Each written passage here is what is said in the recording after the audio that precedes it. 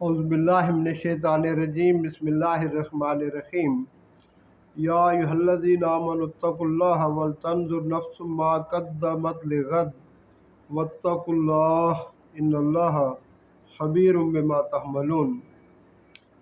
اے لوگو جو ایمان لائے ہو، اللہ سے ڈرو اور ہر شخص کو یہ دیکھنا چاہیے کہ اس نے کل کے لیے آگے کیا بھیجا ہے، اور تم اللہ سے ڈرتے رہو، بے شک اللہ کو خوب خبر ہے جو تم عمل کرتے ہو۔ سورہ حشر کی یہ آیت نمبر 18 ہے، اور اس سلسلہ کلام کی جس میں اللہ سبحانہ و تعالیٰ ایمان والوں کو یا ایھا الذین آمنوا کہہ کر خطاب فرما رہے ہیں، یہ آیت نمبر 77 ہے۔ میرے پیارو، اللہ سبحانہ و تعالیٰ ایمان والوں سے سب سے پہلی بات کہ واتقوا اللہ، اللہ سے تقوی اختیار کرو، اللہ سے ڈرو۔ میرے پیارو، بظاہر یہ بڑا ہی محدود سا جملہ ہے، لیکن اس کے اندر اللہ سبحانہ و تعالیٰ نے جو معنی رکھے ہیں وہ بہت وسعت والے ہیں، اور قرآن کا یہ ایک باقاعدہ موضوع ہے۔ واتقوا اللہ، تقوی، متقین کون شخص ہیں، اور وہی متقین فلاح پانے والے ہیں۔ میرے پیارو، اللہ سبحانہ و تعالیٰ نے جن کاموں کے کرنے کا حکم دیا ان کو کرنے والے، جن سے روکا ان سے رکنے والے، اور اللہ کے وعدوں اور وعیدوں پر یقین رکھنے والے، یہی متقین ہیں۔ اور اللہ سبحانہ و تعالیٰ چاہتے ہیں کہ ایمان والوں کے اندر یہ کیفیت پیدا ہو جائے کہ میرے ہر حکم کو ماننے والے بن جائیں، میرے ہر نواہی پر عمل کرنے والے بن جائیں۔ اور یہ حکم ماننا کیسے ہے اور نواہی سے رکنا کیسے ہے، یہ جناب محمد الرسول اللہ صلی اللہ علیہ وسلم کی اتباع میں ہے۔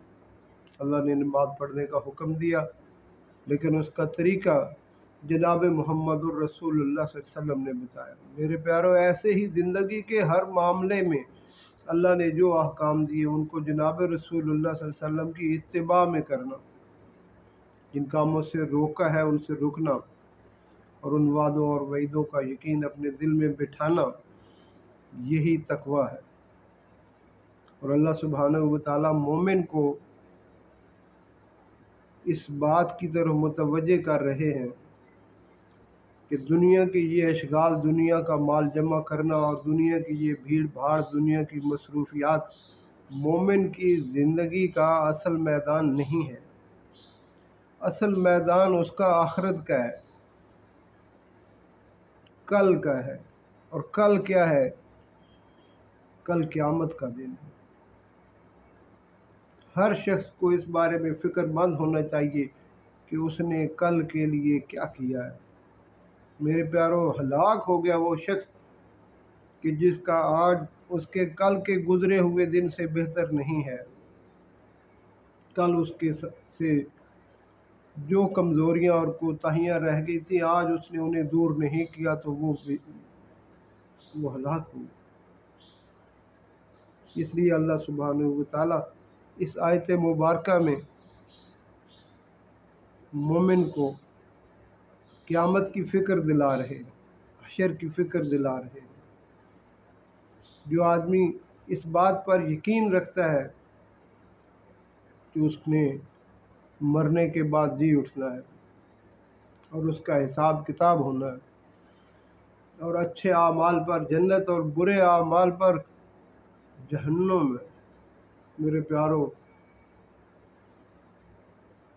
یہ ایمانداری کی بات ہے، تو اس کے لیے رات کو اٹھنا، اللہ کے سامنے کھڑے ہونا کوئی مشکل نہیں ہے۔ لیکن جس آدمی کو اس بات کا یقین نہیں ہے، وہ صبح دیر تک سوئے گا، اس کی نمازیں جاتی ہیں جائیں، اس کے روزے جاتے ہیں جائیں، اس پر اور جو احکام اللہ کے لاگو ہوتے ہیں اسے اس کی پرواہ ہی نہیں۔